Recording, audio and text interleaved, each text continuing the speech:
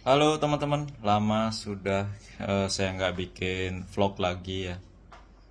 Hari ini sudah masuk ke bulan Januari di minggu kedua ya. Udah lama saya nggak pernah ngevlog lagi. Hari ini rencana saya mau ngevlog tentang eh, bagaimana urutan perbaikan TV. Dan kebetulan di sini ada TV yang kita bisa gunakan untuk uji coba ya. Dan kebetulan di sini juga ada keluarga yang sedang piknik.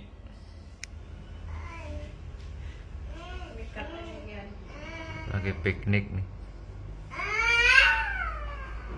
Oke, di depan kita di sini, depan kita di sini. Udah lama nggak ngevlog belepotan. Di depan kita sudah ada TV yang ukurannya lumayan besar. TV ini mereknya adalah Samsung dan tipenya kalau kita lihat UA43K5002AK. Nah, TV ini tuh keluhannya tidak menyala sama sekali dan saya harapkan di video vlog saya ini ya. Jadi ini video vlog bukan video perbaikan. Jadi seandainya kalau nanti nggak nyala atau nggak bisa saya perbaikin ya wajar gitu ya. Karena dadaan juga kita mendapatkan TV ini sebagai bahan untuk vlog kita atau belajar kita hari ini gitu ya. Nah, pertama-tama tentunya saya akan nyalakan dulu TV-nya dan apakah benar dia tidak menyala atau enggak gitu ya. Di sini kita colokkan dulu. Nah, ini TV-nya sudah saya colokin. Terus ini saya pencet tombol power. Dan kita lihat.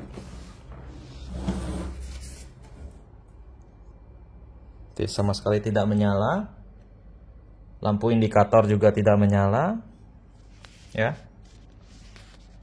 Nah, teman-teman, ini ya. Sama sekali nggak menyala TV-nya. Jadi cara pertama itu adalah dengan membongkar TV-nya dulu. Kita taruh lagi. Ini agak susah karena saya kerja sendiri. Ada satu lagi istri saya. Istri saya sedang menjaga anak. Nah, ini saya bongkar dulu teman-teman ya. Saya buka dulu. Yang pasti listriknya harus dicabut juga. Dan kita akan bongkar dulu. Oh ya, usahakan kalau teman-teman bongkar TV itu bautnya dicariin tempat buat naruh gitu ya. Jadi biar nggak hilang, biar nggak beranak bautnya, biar nggak berkurang juga bautnya gitu. Jadi sering banget kalau bongkar-bongkar peralatan elektronik itu bautnya bisa hilang, bisa bertambah. Bukan bertambah sih sebenarnya, cuman lupa posisi bautnya di mana gitu ya. Nah, untuk tipe yang ini teman-teman ya, jadi kita nggak usah buka sampai covernya ini, cuma buka tutup yang ke mesinnya aja, bagian cover plastiknya ini. Kalau ini kan ini besi. Ada beberapa TV LED yang harus buka semuanya gitu. Tapi karena ini tipenya lain, ini pisah, jadi dibuka bagian ininya aja.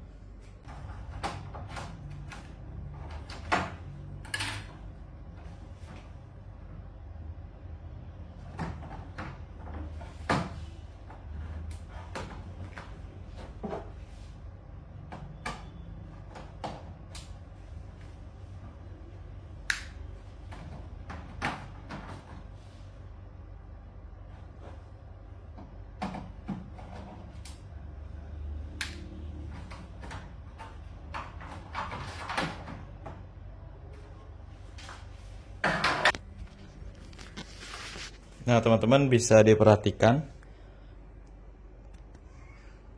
untuk TV tipe ini mainboardnya jadi satu dengan power supply ya, biar nggak silau gini aja. Nah, jadi untuk TV tipe ini power supply sudah kelihatan sebenarnya bagian high voltage-nya. Ini ada pisah gitu ya. Itu bagian high voltage, sedangkan di sisi ini itu bagian yang tegangan rendahnya. Atau kalau kita di elektro biasanya nyebutnya kan ini bagian primernya, ini bagian sekundernya gitu. Nah, seperti itu teman-teman. Nah, karena di sini mati total teman-teman ya.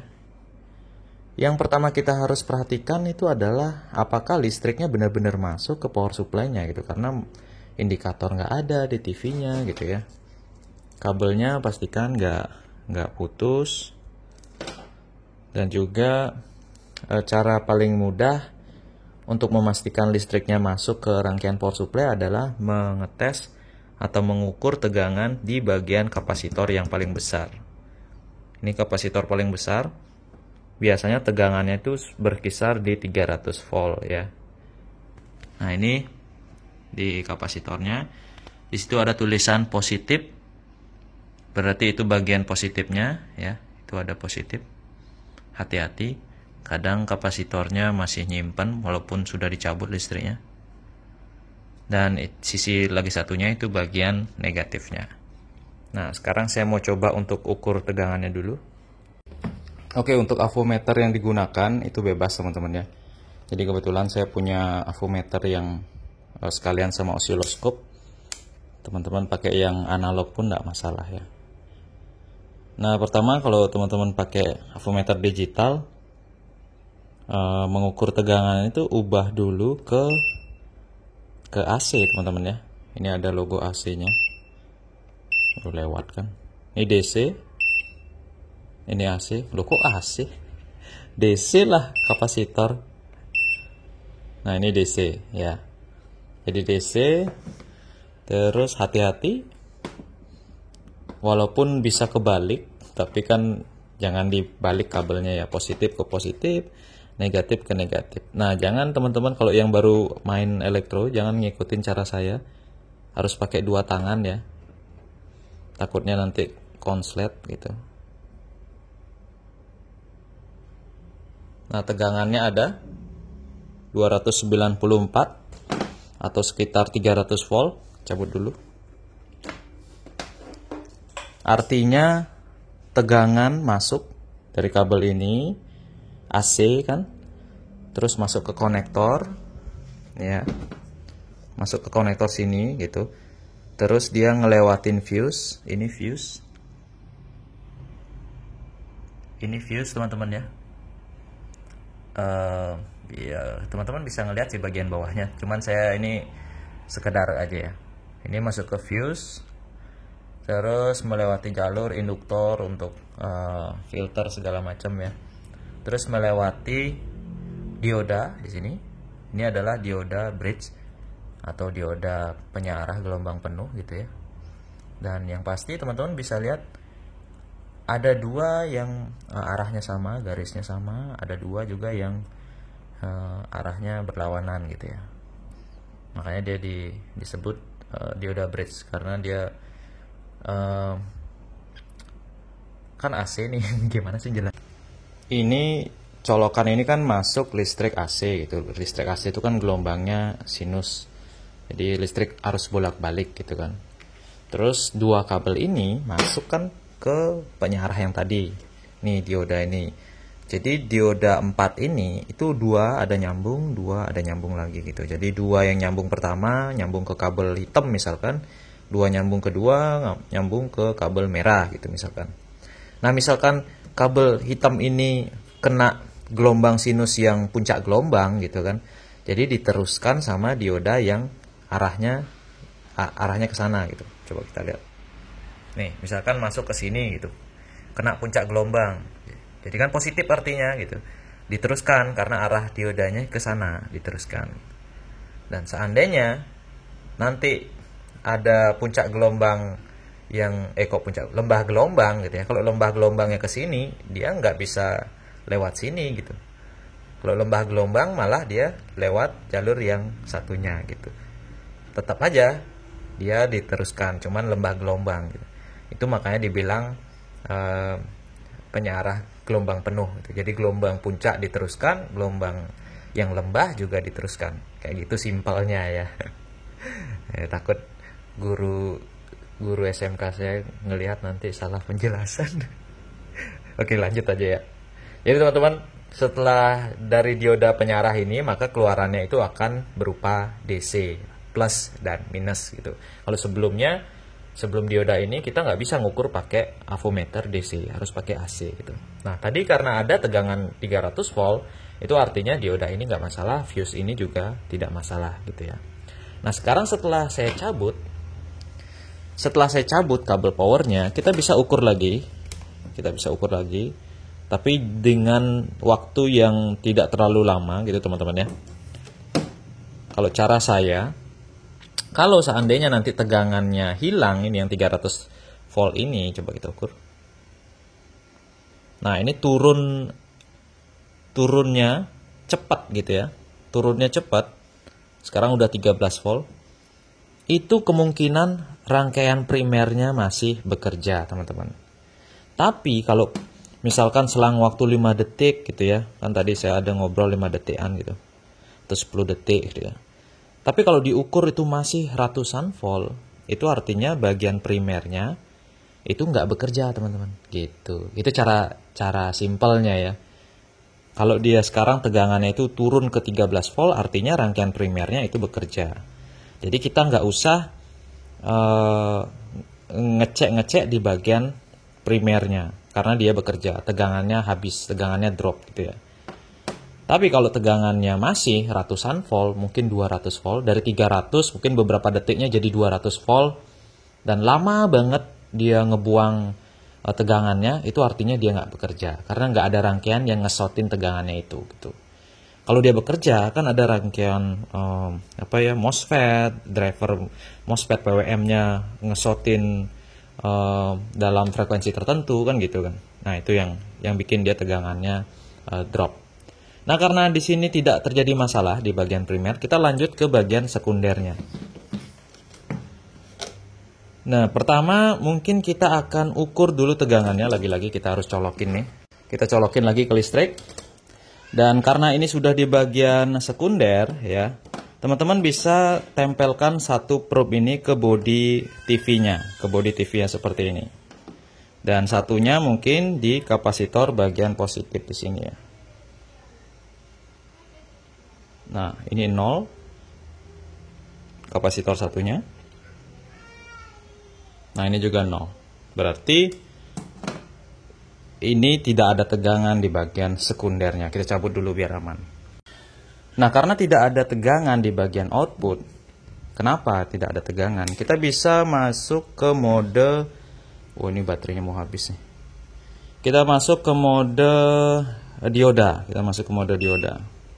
Lambangnya dioda seperti ini, atau mode resistor juga boleh kalau nggak ada di avometer teman-teman. Caranya, kabel ground atau negatif tetap di bodi, kabel positif ke positif yang tadi kita ukur ya. Nah, di sini teman-teman lihat, seharusnya kalau rangkaian sekundernya normal, itu kalau diukur positif dan negatif, ini bodi kan negatif, positif di kaki positif elko. Seharusnya kalau rangkaian sekundernya normal, itu tidak menunjukkan angka 0. 0,000 itu udah 0 ya. Artinya 0 itu dia konslet, atau ada yang nyambung antara positif negatifnya. Seharusnya kan tidak gitu. Nah seperti itu teman-teman. Nah ini juga kapasitor yang ini juga ya.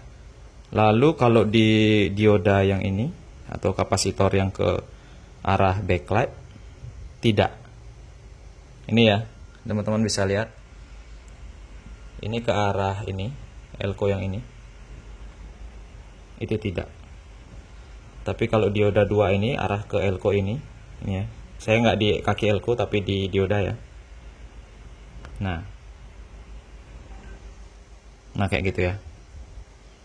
Jadi 2 dioda ke arah sini itu konslet, 1 dioda ke arah sini tidak konslet. Coba dioda yang lain. Ini tidak, teman-teman bisa lihat. Lagi 1. Ini tidak. Nah, artinya apa? Artinya kita memastikan kenapa di jalur tegangan kapasitor yang besar ini konslet. Kalau saya, habis baterai. Pengalaman pribadi saya, ini biar mati dulu ya. Biasanya yang bikin konslet itu adalah diodanya. Nah, diodanya itu jebol gitu ya. Cara ngetes dioda jebol itu udah jangan pakai sambung ke body lagi. Jadi langsung kita ukur ke diodanya, teman-teman. Ini semoga masih baterainya. Cepat sekali nih ngabisin baterai, teman-teman. Jadi kurang efisien kalau dibawa untuk kerja keluar ya. Nih, jadi kita langsung ukur di diodanya, teman-teman. Kaki dioda. Lebih bagus lagi kalau dicopot ya. Nah, kayak gini. Nah, diodanya konslet. Diodanya konslet, teman-teman. Taunya konslet tuh angkanya 0, kalau dibolak-balik tetap 0 gitu. Pasti 0 nih kalau dibalik. Nah, kan bener 0. Nah, saya curiga ini dua dioda ini dia paralel. Coba kita zoom. Nah, kayaknya enggak deh, pisah. Tapi inputannya ini paralel, outputnya kayaknya pisah deh. Untuk memastikan saya akan copot dulu mesinnya dan lihat jalur di bagian bawahnya apakah paralel atau enggak. Atau biar pasti saya akan copot dulu dioda 2 yang mencurigakan ini dan kita ukur satu persatu. Sementara itu kayaknya AVO ini saya ganti baterai dulu ya. Oke teman-teman, diodanya udah saya copot di sini ya. Dan ternyata dua dioda itu paralel, teman-teman. Nih. Yang resistor itu. Jadi juga ada resistor pembuang muatan ya kayaknya. Itu menuju kemana enggak tahu, resistornya belum saya ukur. Tapi yang jelas resistor itu terhubung ke positif atau ke bagian katoda diodanya. Dan menuju jalur kemana itu saya nggak tahu ya. Nah, yang jelas berarti diodanya itu tersambung secara paralel ya. Nah, diodanya itu ini udah saya copot, ini 2. Dan sekarang kita ukur 2 dioda ini. Avometer saya sudah upgrade baterai full. Dan sekarang kita ukur. Ini ya maksud saya kalau 0 itu kayak gini. Ini saya konsletin nih. Ini saya konsletin kabelnya. Maka akan tampil seperti itu ya teman-teman. Artinya konslet gitu kan. Ini kita ukur. Agak susah nih. Perlu asisten robot kayak gini. Kayak di film Iron Man. Nah, ini enggak. Kita balik. Kayaknya ini normal diodanya teman-teman.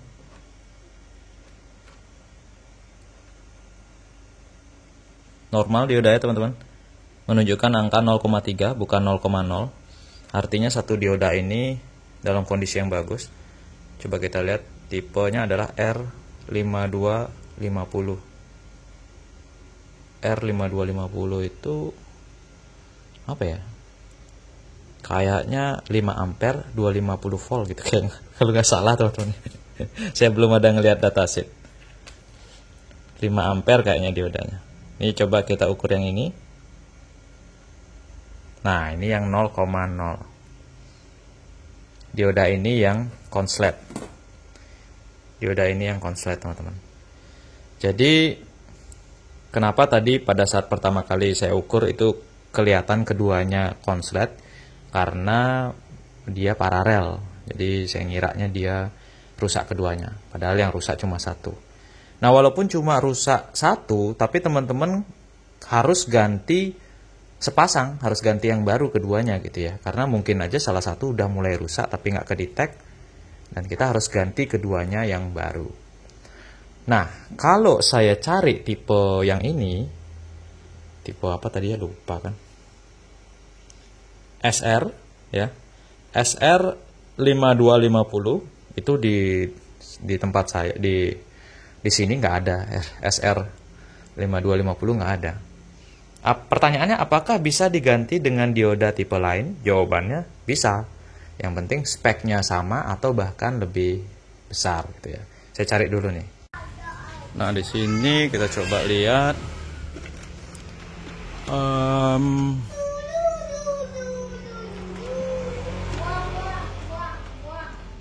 Tidak ada. Nah, ini. Nah, saya cuma ada yang SR 5200. Ini orang lagi buat video. Nah, tadi kan saya mengatakan bahwa dioda yang kita ganti itu boleh beda dari tipe yang rusak gitu ya, asal speknya lebih tinggi gitu atau sama gitu kan. Di sini malah saya ada dioda yang speknya lebih kecil daripada dioda yang terpasang gitu. Ini coba kita lihat. Buat teman-teman yang di Denpasar Bali, mampir ke toko Duyar sana, ada diodanya ini ya. SR5200, bukan 250 ya. Otomatis kan ini lebih rendah speknya, 5 ampere 200 volt. Saya biasanya pakai yang ini aja. Dan kadang di mainboard TV Samsung itu makainya SR5150 gitu ya. Sekarang ini ketemu yang 5250. Yang ini 5200. Speknya lebih rendah dong daripada itu. Tapi walaupun lebih rendah daripada yang ini, sebenarnya tegangan yang mengalir di sana tuh nggak sampai 250 teman-teman, nggak sampai 250 volt. Artinya ini bisa gitu. Jadi masih di atas dari spek tegangan yang lewat. Nah, kenapa dioda yang bahkan 250 volt aja rusak gitu ya? Kok berani masang yang ini? Kemungkinan menurut saya kemungkinan dioda yang 5250 ini rusak karena ada tegangan tinggi gitu mungkin, atau kelebihan beban lebih dari 5 ampere gitu, atau mungkin ada petir gitu, kan nggak tahu ya. Tapi yang jelas saya coba ganti dioda ini dengan yang 5200 ini. Ini dioda baru. Saya pasang dulu teman-teman. Oh ya, pastikan jangan kebalik ya katoda anodanya. Ini garis positifnya mengarah ke kapasitor. Jadi kalau simpelnya yang blok hitam itu adalah input, ada garisnya itu output gitu ya. Ini teman-teman. Sekarang saatnya kita solder dulu kaki diodanya. Nah, ini sudah. Sekarang kita rakit lagi mesin TV-nya ini, mainboard TV-nya kita rakit lagi. Kita pasang seperti semula lagi. Diodanya udah kita ganti. Dan nanti saya videoin lagi. Saya rakit dulu. Nah, ini udah saya rakit teman-teman. Oh, belum. Udah. Nah, ini sudah saya rakit teman-teman ya. Kabel-kabel dipastikan tidak salah masangnya. Terus sekarang kita coba, semoga aja nggak meledak ya. Ini kita colokin. Bentar. Dan teman-teman bisa lihat lampu indikator langsung menyala, backlight langsung nyala ya. Dan saya mau nunjukin bahwa yang tadi itu, dioda yang tadi saya pasang itu, bahwa memang tegangan yang mengalir di sana itu tidak 250 volt ya. Ini kita perhatikan lagi di dioda yang tadi ya. Nah, teman-teman bisa lihat 30 volt teman-teman ya. Jadi bukan 250 volt. Jadi saya pasang dioda yang 200, kayaknya aman aja. Nah, yang saya nggak tahu sekarang ini layarnya normal apa tidak, itu yang saya belum tahu ya, karena keluhannya cuma mati doang. Ini kita coba lihat nih. Saya nggak tahu layarnya normal apa enggak. Aduh, gimana sih? Kayak di zoom aja deh.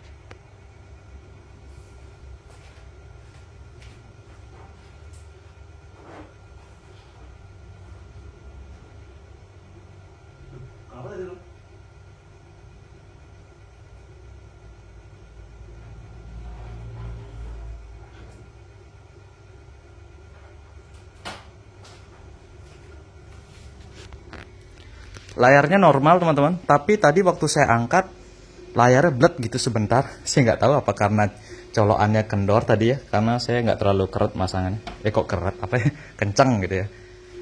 Lebih aman kayaknya kalau TV-nya saya rakit lagi dan saya nyalain. Apakah nyalanya benar-benar normal atau kayak tadi layarnya bled gitu ya. Saya rakit dulu teman-teman. Oke, ini sekarang kita akan coba langsung nyalakan. Ini sudah dirakit.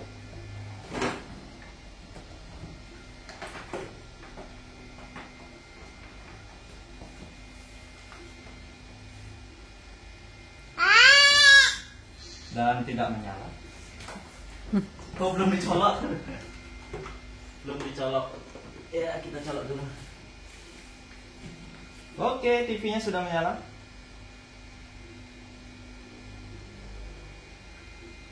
Yang awalnya nggak nyala, sekarang udah nyala, teman-teman. Nah, jadi itu caranya. Jadi teman-teman yang mau belajar, ikutin, follow terus channel YouTube Anak Agung Wibiasana. Jadi cara simpelnya seperti itu.